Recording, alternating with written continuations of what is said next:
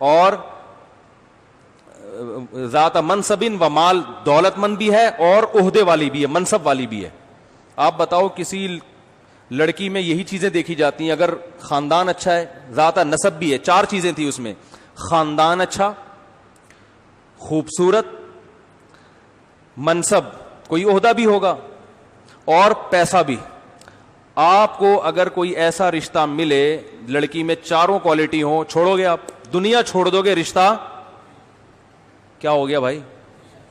رشتہ چھوڑو گے؟ نہیں چھوڑو گے. صحابی نبی کے پاس آئے، عرض کیا یا رسول اللہ ایسا رشتہ آیا لاکنہا لا تلد، ایک عیب ہے کہ اس کے ولادت نہیں ہو سکتی، بانجھ ہے. حدیث میں آتا ہے فنہاہو، نبی نے ان صحابی کو منع کر دیا، نہیں کرو شادی. کچھ وقت کے بعد وہ دوبارہ آئے، پھر اجازت مانگی کہ پہلی دفعہ میں نہیں ملی تو دوبارہ اجازت مانگوں گا، شاید اجازت مل جائے. دوبارہ آئے، عرض کیا یا رسول اللہ، پھر یہ نہیں کہا یا رسول اللہ وہی والی عورت سے دوبارہ نکاح کی اجازت لینے آیا ہوں، نہ، بلکہ وہ 4 صفات دوبارہ ریپیٹ کی ہیں تاکہ کچھ تو اثر ہو جائے آپ صلی اللہ علیہ وسلم پہ، کچھ میرے جذبات سے اور اس عورت کی خصوصیات سے متاثر ہو جائیں. یا رسول اللہ انی اصبت امرأۃ ذات حسن و منصب و مال، منصب بھی ہے، مال بھی ہے، حسن بھی ہے، وذات نسب بھی ہے، لیکنہا لا تلد، ایک عیب ہے، اولاد نہیں ہوگی. افاتزوجھا، نکاح کر لوں؟ فنہاہو، نبی نے دوبارہ منع کر دیا، نہ. دوبارہ چلے گئے، تیسری دفعہ دوبارہ آئے، پھر یہی پوری کوالٹیز ریپیٹ کی ہیں. غامدی صاحب کاش آپ یہ بیان سن لیں.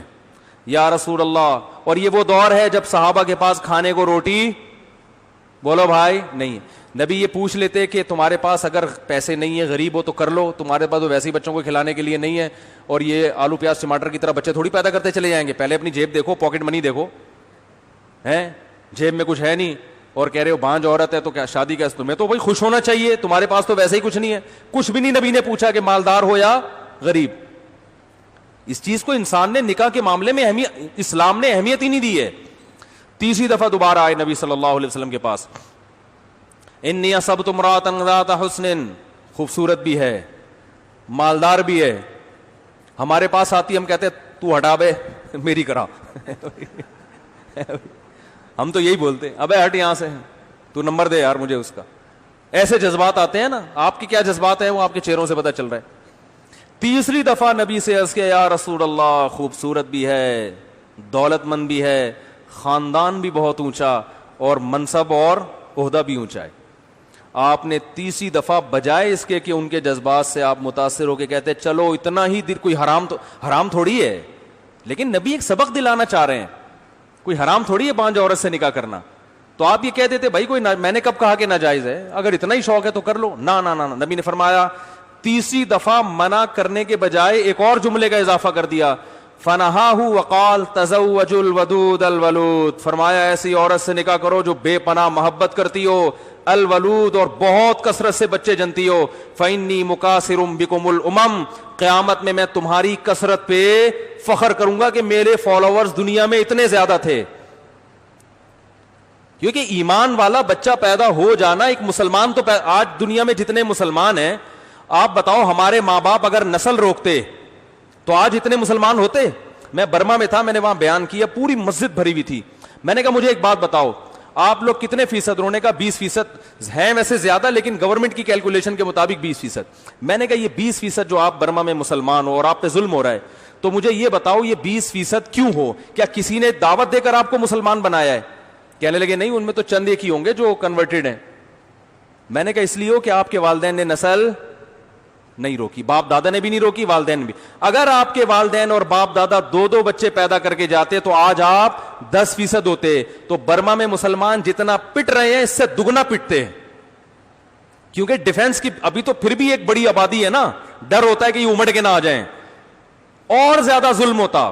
انڈیا میں مسلمان اگر اپنی نسل روکتے تو آج کہا جاتا ہے 20% ہے، وہاں بھی زیادہ، فرض کرو 20% ہیں تو اور کم ہوتے، ان کے ووٹ کی ویلیو بالکل ختم. اب کم از کم اتنا تو ہے کہ کوئی بھی سیاسی جماعت الیکشن لڑنے کے لیے کچھ نہ کچھ مسلمانوں کو بھی، کچھ طبقے کو تو ساتھ ملانے کی کوشش کرتی ہے. تو اگر یہ تعداد اور دگنی ہو گئی انڈیا میں تو مسلمانوں کی اگلی نسل میں ووٹ کی طاقت دگنی ہو جائے گی کہ نہیں ہو جائے گی؟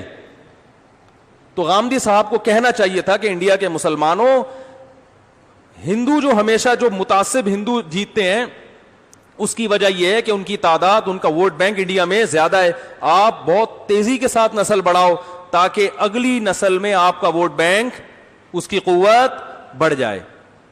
تو نبی تو یہ سب چیزیں جانتے تھے، اس لیے اپنی امت کو ترغیب دے رہے ہیں کہ انہوں نے میدانوں میں لڑنا بھی ہے. ان کی جب تک ان کی افرادی قوت اتنی بائیکاٹ اگر اتنی بڑی آبادی کرے گی تو اس بائیکاٹ کا اثر ہوتا ہے. تو بہت کچھ مسلمان اپنی آبادی سے کر رہا ہے. ٹیکنالوجی نہیں ہے، وہ ہماری حماقتوں سے ہے، اس کا تعلق آبادی سے نہیں ہے. وہ تو ہمارے اس سے آدھی بھی آبادی ہوتی تو اس سے بھی زیادہ گئے گزرے ہوتے. جو ہماری یونیورسٹیوں کا اور کالجز کا حال ہے نا، اس کا بچوں کی کثرت سے تعلق نہیں ہے. اس میں ایک بچے کو بھی داخل کراؤ گے نا، وہ بیچارہ گدھا ہی بن کے نکلے گا.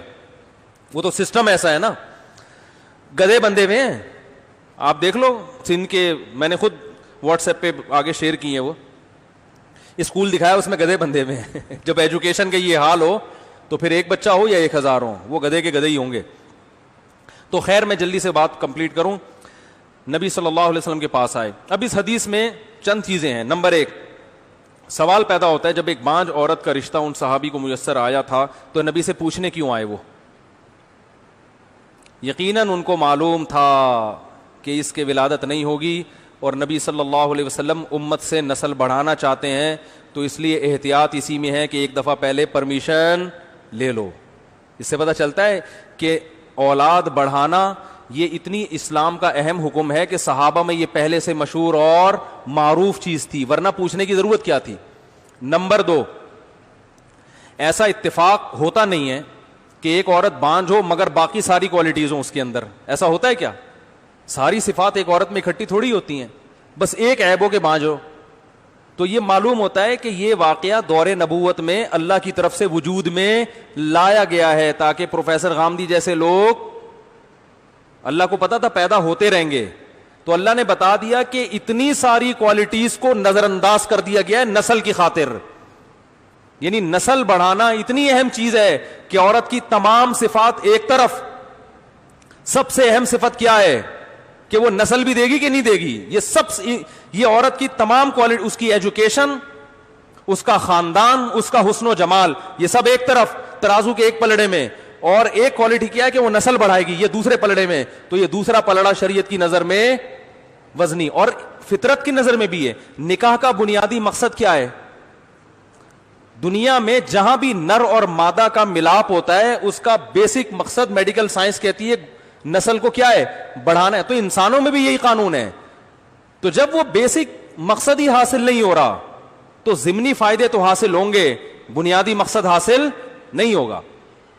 تو اس لیے نبی صلی اللہ علیہ وسلم نے بتا دیا بھائی اسلام تو دین فطرت ہے. تو نکاح کے جب بیسک مقصد ہی حاصل نہیں ہو رہا تو پھر کیوں کر رہے ہو؟ یہ ایک الگ مسئلہ ہے کہ وہ بیچاری کہاں جائے گی. تو بھائی بہت سے لوگ ہیں جن کو کہیں رشتہ نہیں مل رہا ہوتا، وہ کر لیں گے اس سے، لیکن جو آپ سے مشورہ لے گا اسے تو آپ وہی مشورہ دیں گے نا جو بہتر ہوگا. تو تیسرا پوائنٹ یہ کہ صحابہ کرام کو جب ایک دفعہ کسی چیز سے روکا جاتا تھا وہ رک جاتے تھے، دوبارہ نہیں آتے تھے. یہاں 3 دفعہ آ رہے ہیں تو یہ صحابہ کی عادت کے بھی خلاف. تو یہ بتانے کے لیے اللہ بتا رہے ہیں کہ ایسا عشق تھا ان صحابی کے دل میں کہ نبی کے ایک دفعہ منع کرنے کو بھی انہوں نے کافی نہیں سمجھا، پھر بھی آئے ہیں اور پھر بھی نبی نے منع کیا. تو اس میں یہ سبق دلانا مقصد ہے کہ عورت میں جتنی اچھی کوالٹیز ہوں اور ان کوالٹیز کی وجہ سے تم اس پہ لٹو بھی ہو رہے ہو تو بھی اسلام کی نظر میں اس لٹو ہونے والے وصف کو بعد میں، اولاد والے وصف کو پہلے رکھا گیا ہے کہ جو نکاح کا مقصد ہے وہ حاصل نہیں ہو رہا تو لٹو ہو کے کیا کرنا ہے تم نے؟ ارے روٹی آپ کو بہت اچھی لگ رہی لیکن پیٹ بھرانے کے کام نہیں آ رہی وہ، تو ڈاکٹر کہے گا ایسی روٹی کھاؤ. آپ شوگر کے مریض ہو، رسگلہ بہت اچھا لگ رہا ہے آپ کو، ڈاکٹر کہے گا اچھا تو لگ رہا ہے مگر رسگلہ سے جو مقصد ہے نا کہ انرجی ملے گی، کاربوہائیڈریٹ ملیں گے، وہ مقصد آپ کو حاصل، بولو بھائی نہیں ہوگی، آپ شوگر کے مریض ہو، آپ یہ افورڈ نہیں کر سکتے. تو مقاصد پہ لذتوں کو قربان کیا جاتا ہے، لذتوں پہ مقاصد کو قربان نہیں کیا جا رہا. تو نکاح کا مقصد ہی نسل بڑھانا ہے اور نکاح کرنے بعد سب سے پہلا مشورہ یہ دیا جاتا ہے کہ نسل کیسے روکنی ہے. تو یہ پاگلوں والی حرکتیں ہیں.